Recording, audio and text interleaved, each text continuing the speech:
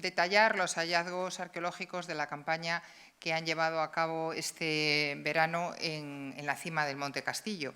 El Monte Castillo, como ya saben, es esta montaña singular que hay en Puente Viesgo, que alberga todas estas cuevas prehistóricas, entre las cuales la más conocida, lógicamente, es la del Castillo, y que es una montaña muy singular, al menos la perspectiva desde Puente Viesgo lo es un cono casi perfecto, y aunque no tiene mucha altura, son unos 350 metros sobre el nivel del mar, tiene unas vistas magníficas. Y desde la antigüedad ha sido siempre una montaña muy especial. Está horadada no solo por estas cuevas naturales, sino también por la actividad minera, y quizá la presencia de estas cuevas prehistóricas ha eclipsado un poco otro tipo de elementos también importantes, como es el castillo altomedieval que está en su cima y del que ahora nos van a hablar. Castillo que parece dar nombre al topónimo que nos ha llegado.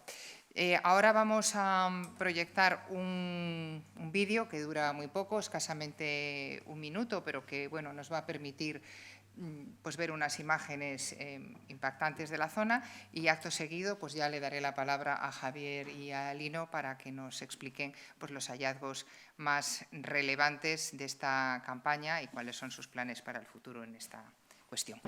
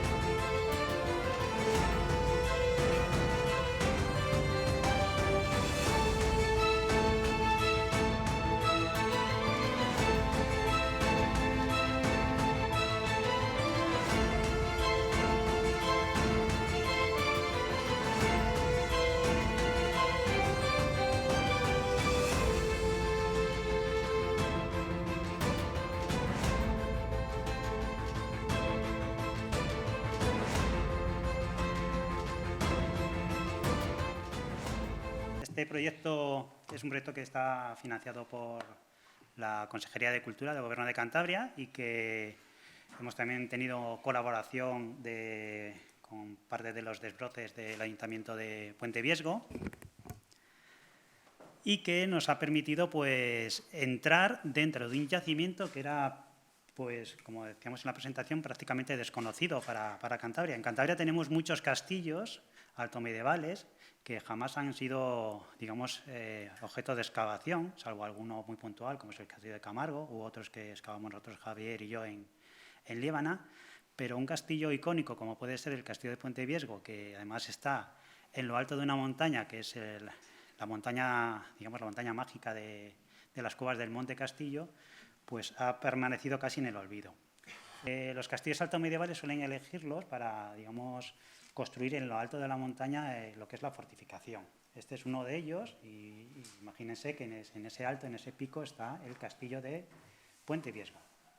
Ahí tenemos el plano con las diferentes cuevas que se encuentran alrededor de ese monte, que están declaradas Patrimonio de la Humanidad, y justo en el pico está el castillo de Puente Viesgo.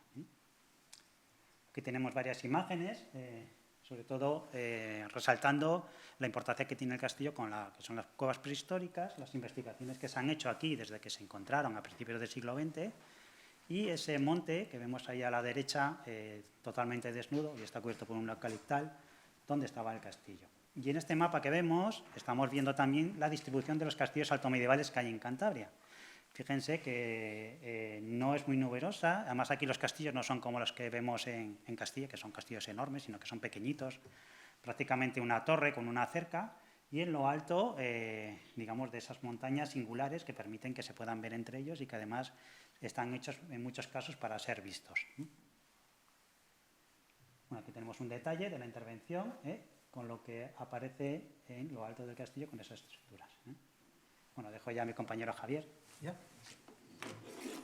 Bueno, pues una de las grandes sorpresas fue las labores de desbroce, tras el desbroce, nos encontramos con unas estructuras que estaban, digamos, selvatizadas, enmascaradas por la vegetación, y algunas tenían un porte, como vemos aquí en la fotografía, casi de pues, 1,5 metros o 2 metros.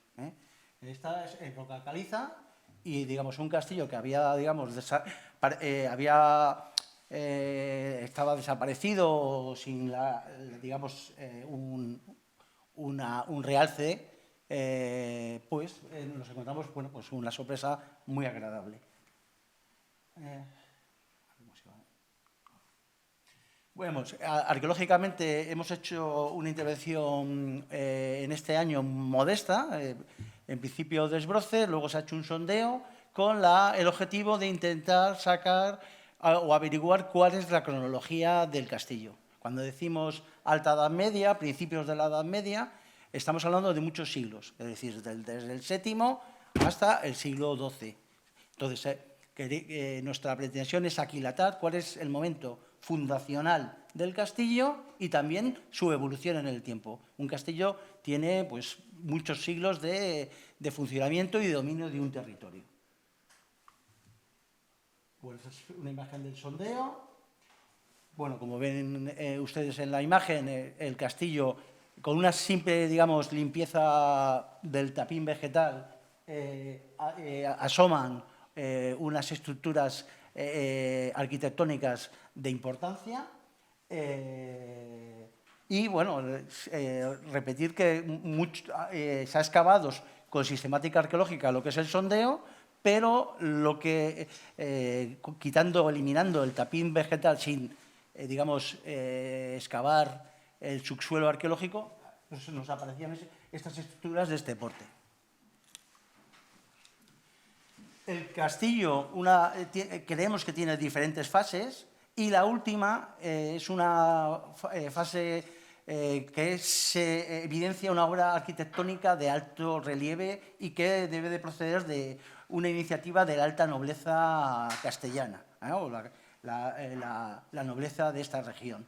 Principalmente porque se emplea, el monte Castillo es un monte calizo, pero la edificación, la muralla, está construida en piedra arenisca. ¿Qué supone esto? Que han tenido que traer la arenisca de unas litologías lejanas, como mínimo 1 kilómetro, y subir al monte. Es decir, ahí exige un trabajo ímprobo y, además de ello, el castillo está hecho en sillarejo, es decir, son piedras labradas, regularizadas, no llega a ser sillares, pero, es decir, esto es un trabajo que exige para la comunidad un esfuerzo y una jerarquía que, digamos, coordine y ordene esta construcción encima de un monte bastante alto. Además de ello, también hay un problema para todo el tema de las argamasas y morteros, que es una de las muestras que hemos enviado a un laboratorio, porque en la cumbre no hay manantiales. Lo más próximo serían las cuevas. Es decir, que también exige una labor de coordinación, de exigir pues, un trabajo y un esfuerzo físico. Bueno, entre los hallazgos singulares hemos encontrado mucha cerámica medieval, algo habitual en este tipo de yacimientos y estaciones arqueológicas, y hemos encontrado en solo un sondeo muy pequeño 2 piezas de proyectiles de flecha. Una vira y la otra es una flecha tipo Bodkin, bueno, son terminologías arqueológicas, pero hay una de ellas que puede ser de ballesta. Entre los hallazgos singulares tenemos 2 piezas de dinteles.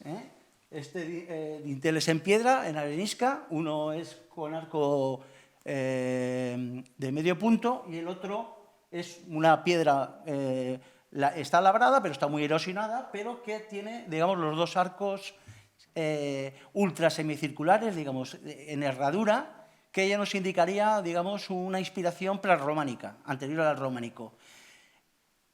El hallazgo de estos dinteles, de los que nos está hablando, es que el castillo tenía paredes y tenía ventanas. Es decir, es algo para estas latitudes, es decir, castillos de la meseta, se conservan, digamos, de estos tiempos, hay algunos con un porte y un alzado completo. En Cantabria, pues este es un hallazgo que nos habla, digamos, de cómo eran las ventanas, que son básicamente son de aspillera, vamos, son rasgadas con una iluminación mínima prácticamente para disparar y poco más. Y bueno, pues es un hallazgo del que estamos muy satisfechos. Bueno, este es otro tipo de armamento que ya no es medieval, es de la Guerra Civil. Justamente allí en el Monte Castillo hay unos compañeros nuestros, Rafael Volado y José Ángel Hierro, que están haciendo un proyecto, pero hemos encontrado en el entorno de la cumbre una granada de obús. Bueno, pues aquí ¿lo explicas tú las labores de topografía? Otra de las cosas que hemos hecho en el proyecto es una topografía empleando metodologías un poco modernas, digamos. Después de las labores de desbroce, tenemos que decir que hemos desbrozado poco, porque sí que es cierto que en esa parte que ven ahí en el bosque a la izquierda también encontramos más estructuras. Lo que pasa es que no nos da tiempo a desbrozarlo porque hay que quitar árboles de gran porte. Y dentro de esto, digamos, de ese bosquecillo también encontramos estructuras, lo que quiere decir que Castillo es probablemente más grande de lo que conocemos. Bueno, para ello empleamos unas técnicas que es la fotogrametría, mediante un dron y una especie de, digamos, de referencias topográficas en el terreno. Se van haciendo fotografías sucesivas, eso se mete en un programa y el programa te hace un modelo en 3 dimensiones. Con ese modelo de 3 dimensiones pues podemos luego hacer curvados, como este que ven aquí, o estos elementos que es un mapa de elevaciones de todo lo que es el castillo. Ahí ya se aprecian algunos de los elementos topográficos, como son las murallas, que una vez interpretados según las evidencias arqueológicas, pues podemos ver que el castillo tiene primero esa línea amarilla que vemos alrededor, que lo que sería una especie de cerca hecha en piedra de caliza, y luego en el interior sí que hemos localizado todos esos elementos hechos con piedra de sillería de arenisca, que serían las estructuras que son de color gris. Es decir, el castillo es bastante grande y bastante desconocido para estas épocas. Aquí vemos también parte de ese modelo en 3 dimensiones que se puede mover en un programa específico y que permite pues, hacer diferentes tipos de mediciones.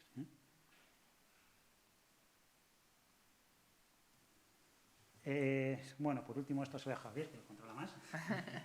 Bueno, queremos, como anteriormente comentaba, queremos saber cuál es el origen del castillo, cuál es su fase de funcionamiento.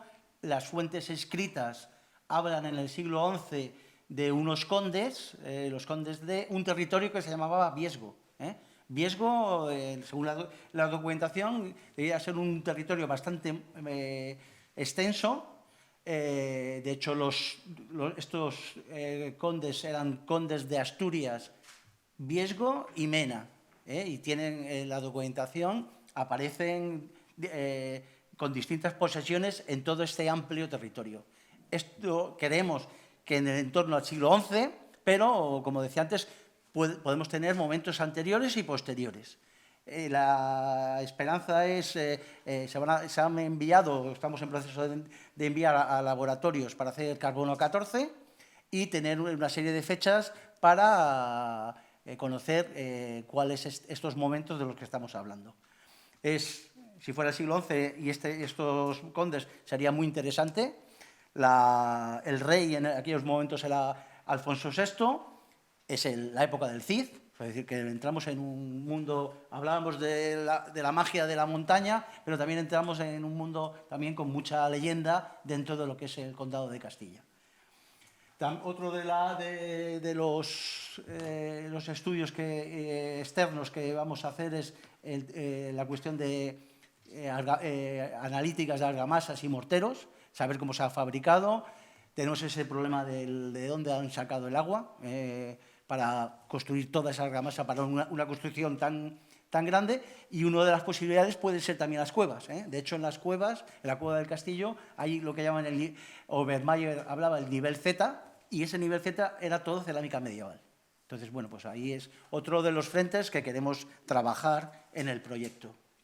Y ya para acabar, creemos que el castillo tiene, es opinión nuestra, y yo creo que también lo compartimos con Eva, el castillo tiene, digamos, varios horizontes. Uno es la investigación, en un mundo que está escasamente trabajado en Cantabria e investigado, pero otro es el hacer accesible y visitable esta cumbre, que ya de por sí sube mucha gente, pero que sube y no sabe que realmente es un castillo alto medieval. Por eso hemos acabado esta rueda de prensa con esta frase de que el futuro lo encontramos en el pasado, porque creemos que el castillo está cargado de futuro. Y nada más, si tienen alguna pregunta. ¿Cuándo comenzaron las investigaciones? Pues lo que es la labor de campo ha sido desde agosto, septiembre.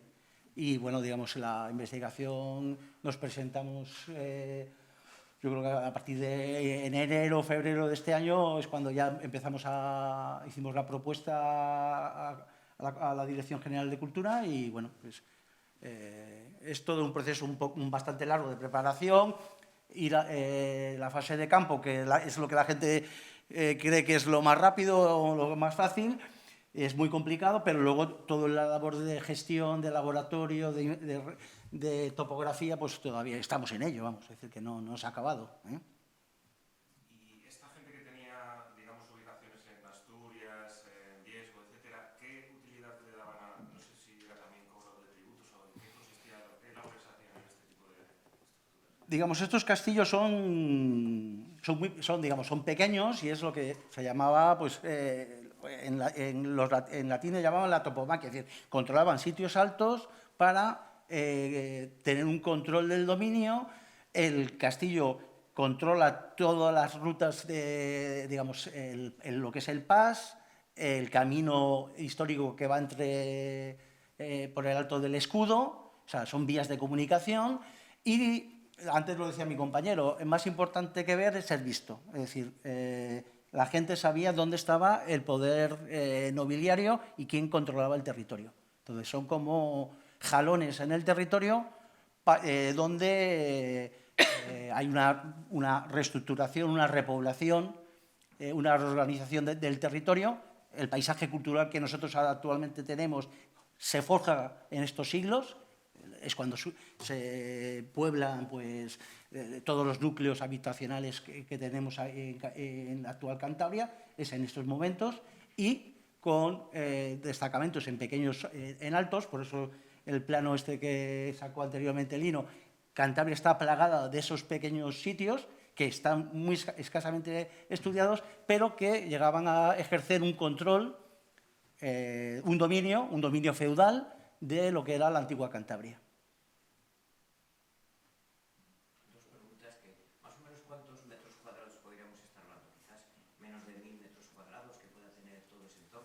No me acuerdo cuánto era. 600 y pico poníais ahí, ¿no? 600 sí, 600 algo así. Sí, bueno, más o menos, sí. Y luego, por otra parte, si la comunidad, dado que no se está en Cantabria muy especializada en ello, a lo mejor hay que dedicar fondos a esta investigación, consejera. Bueno, en eso estamos. En eso estamos. Yo creo que la arqueología es una prioridad para la consejería, pero es un trabajo lento. O sea, ya vemos que las campañas pues, tienen una duración, se suelen hacer en verano. Es un trabajo arduo que implica desbrozar, que implica hacer las cosas con mucho cuidado y tienen que ser sostenidas en el tiempo para que realmente puedan arrojar pues, unos datos interesantes. Y luego, como puede ser este caso, o puede ser unas trincheras que se están excavando también en el Monte Castillo, pues se puede contemplar la posibilidad de ponerlo en valor y hacerlo accesible ofreciendo pues, recursos culturales en el territorio que son muy interesantes, porque cuando uno llega a Puente Viesgo, a un lugar como este Monte Castillo, pues cobra conciencia de lo singular de este elemento, no solo desde el punto de vista paisajístico, sino desde el punto de vista cultural. Es que tenemos desde la Edad Media hasta nuestros días pues una sucesión de acontecimientos, desde la prehistoria hasta nuestros días, ¿no? Tenemos las cuevas, tenemos este castillo, tenemos la actividad minera, tenemos las trincheras de la Guerra Civil, o sea, en un territorio muy pequeñito se concentran muchísimas cosas. Entonces, bueno, pues gracias a la arqueología vamos descubriendo todos estos recursos y contemplaremos la posibilidad de poco a poco ir poniéndolos en valor. ¿Se podría pensar en una conexión entre el castillo y las cuevas o no? ¿Conexión de qué tipo? Bueno, lo que comentaba yo antes, que vamos, es una hipótesis. Es decir, ellos tienen que subir el agua, bueno, para beber lo subirían en odres con recuas, pero para hacer toda la obra arquitectónica necesitas mucha agua. Entonces, el lugar más próximo, quizá, eso, vamos, no lo podemos asegurar. Puede ser entrar a las cuevas y conseguir agua ahí dentro. ¿O tú quieres decir una conexión por dentro? Por dentro que no. estuvieran No. conectadas. El monte lo que está es horadado y el castillo está horadado por labores mineras del siglo finales del XIX, principios del XX. Pero ya es un contexto totalmente distinto. Pero hay un camino, que es un camino minero que parte justo del abarcamiento de las cuevas de Monte Castillo, y es un camino muy bien hecho, digamos, con muchísima piedra de caliza, con guardacarros, etcétera, y que sube justo hasta el alto. Es decir, está hecho con muchísimo cuidado el camino, perdón. Y luego lo que preguntaba son 600 metros cuadrados y lo que es también, digamos, importante transmitir, y es cuando uno va por la autovía o va por la carretera, lo que ves es que el monte está amesetado.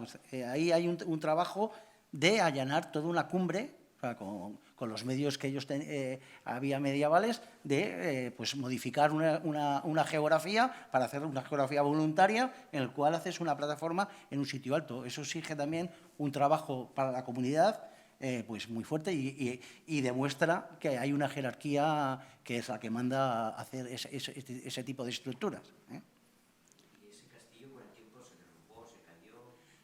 Parece que tiene varias fases. Tiene una parte que es en caliza, hay la otra que es en piedra arenisca.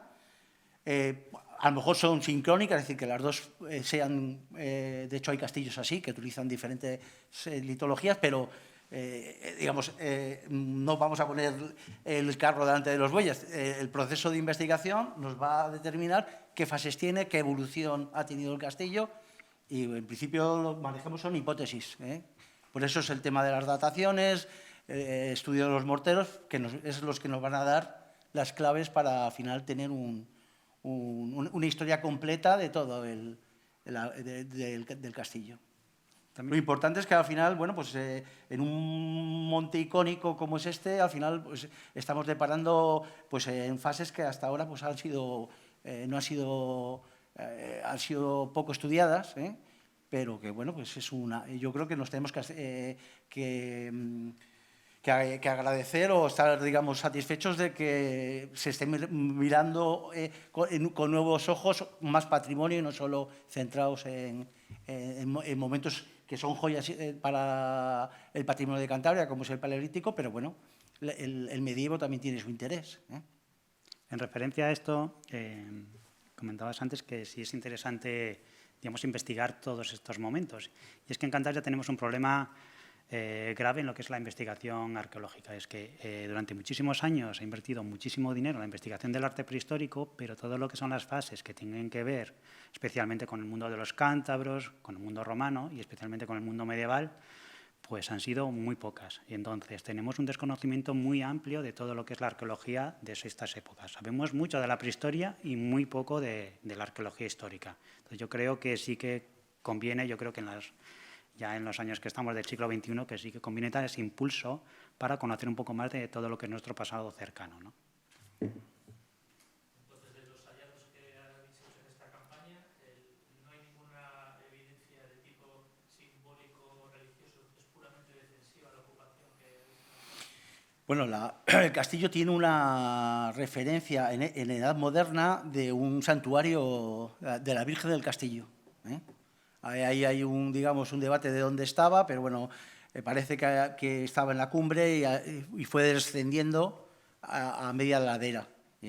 Pero hay una referencia de la Virgen del Castillo, es decir, que no solo estamos hablando es algo que ocurre en otras fortificaciones de todo el norte de la península, en el que, el poder, también es algo que es consustantivo del medievo y del poder feudal. No hay distinción entre el poder civil y el poder religioso. Es decir, que ahí hay pues una O sea, y de hecho, bueno, pues el castillo, de hecho, aquí la imagen, ahora hay un pequeño oratorio, hecho hace 15 o 20 años, pero en los mapas antiguos aparece y hay referencias en el siglo XIX de la Virgen del Castillo.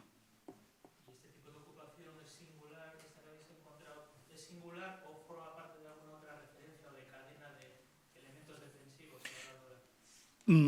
Estos castillos, digamos, estaban coordinados, es decir, que dependían, en primer momento, depende de la monarquía Astur o Astur-Leonesa, luego hay periodos en los que estos son, digamos, estos condes serían los tenentes, y luego hay a partir ya de siglos pleno medievales, hay digamos, un proceso de señorialización. Los señores, digamos, se hacen dueños y al margen del poder regio, pero sí que estaban coordinados. De hecho, aquí no se ha encontrado, pero digamos, habría comunicaciones por fuegos, o hay incluso en castillos, por ejemplo, el castillo de Viguera en La Rioja han aparecido trompetas para avisarse de unos a otros, y bueno, también en el sur de Francia, es decir, que es una red de sitios enclaves en la topografía señeros y todos coordinados para controlar el territorio, con unas fuerzas muy pequeñas, porque en un castillo como este no habría, pues habría 20 o muy pocos guerreros. No obstante, el sondeo que hemos hecho han aparecido dos proyectiles de flecha, es decir, que la actividad bélica habría, pero bueno, tampoco con un contingente muy, muy elevado. ¿Puedes citar algún otro yacimiento de este tipo en Cantabria? Pues nosotros, por ejemplo, que hemos trabajado, pues hemos estado el castillo el más cercano aquí sería el castillo de Camargo, que excavó el tristemente desaparecido Ramón Boigas. Está el castillo de Subiedes, en Liébana. Hay en el plano este que os enseñamos, nosotros hicimos hace años para la Fundación Botín un trabajo de arqueología medieval y hicimos habría casi 20 o 30 castillos en lo que es el Nansa y Liébana.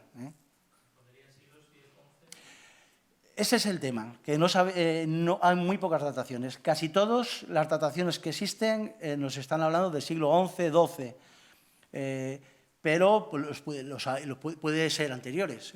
Es un tema, de hecho nosotros hace un año hicimos un artículo en una revista de coordinación de todo el norte de la península, de distintos especialistas en las comunidades autónomas del norte, y el título de nuestro artículo era Castillo de Naipes. Lo llamamos así porque realmente falta información. Y por eso uno de los objetivos de esta intervención es, bueno, pues en Cantabria intentar pues, ponernos un poco más, actualizar y empezar a trabajar estos momentos y estas manifestaciones arqueológicas y de patrimonio. Y otra cosa, las características de este yacimiento en concreto ofrece pocas oportunidades para una secuenciación estratigráfica al ser un macizo calizo, o hay, digamos, iniciativa hacer una cronología para hacer secuencias de ocupación anteriores, o no lo posibilita el carácter geológico también. Hay muy poco suelo en el castillo, pero sí que es cierto que las técnicas actuales, la arqueología, ahora actualmente no solo nos fijamos en lo que es el subsuelo, sino que también nos fijamos en las paredes, lo que se llama la arqueología muraria. Entonces, a través de los muros también podemos ver las sucesiones de, digamos, de reconstrucciones, refracciones de esos castillos. Por ejemplo, nosotros sí que hemos hecho varios estudios en lo que era el antiguo castillo de Santander, donde hemos obtenido unas fechas bastante antiguas también. Y en este sentido, creemos que también se puede aplicar a este castillo. Pero sí que se están viendo en algunas zonas del castillo que es que a poco que excaves, a poco que quites el tapín vegetal, ya te empiezan a aparecer los estratos arqueológicos. Nosotros en el sondeo que hemos hecho teníamos al menos 3 niveles, Sí. pero era una zona que, digamos, que elegimos y no pudimos profundizar mucho porque nos pegamos de bruces con lo que era una muralla que estaba justo al lado del sondeo. Seguramente si excavamos un poco más hacia adentro vamos a obtener más niveles arqueológicos. Pero, como también apuntaba al principio, Parece que hay varias fases en el castillo, 2 o 3 mínimo, y esas fases se tienen que ver reflejadas en lo que son los depósitos arqueológicos. Y pensamos que cuando se excave el castillo en más amplitud, con más, digamos, con más extensión, vamos a obtener muchos más resultados. Eso desde luego.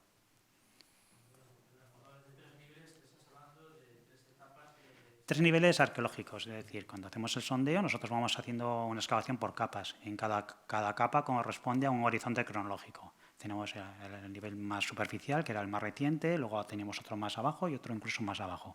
Pero solo es de ese sondeo. Cuando hagamos más excavaciones, como digo, van a aparecer seguramente más sondeos y más niveles. Además, es un monte que a poco que andes por allí hay muchísimos materiales en superficie, es decir, que es un yacimiento rico. Y pasa mucho en todos los castillos. Por ejemplo, en el castillo de Camargo es un yacimiento que es muy parecido a este y el volumen de cerámicas y materiales arqueológicos era bastante alto, pese a ser un castillo donde prácticamente pues, la gente que había allí pues, estaba solamente para defenderle. Vivían pocas personas, como decía Javier, como mucho 20, pero digamos, todo el registro arqueológico que dejan es muy, muy rico.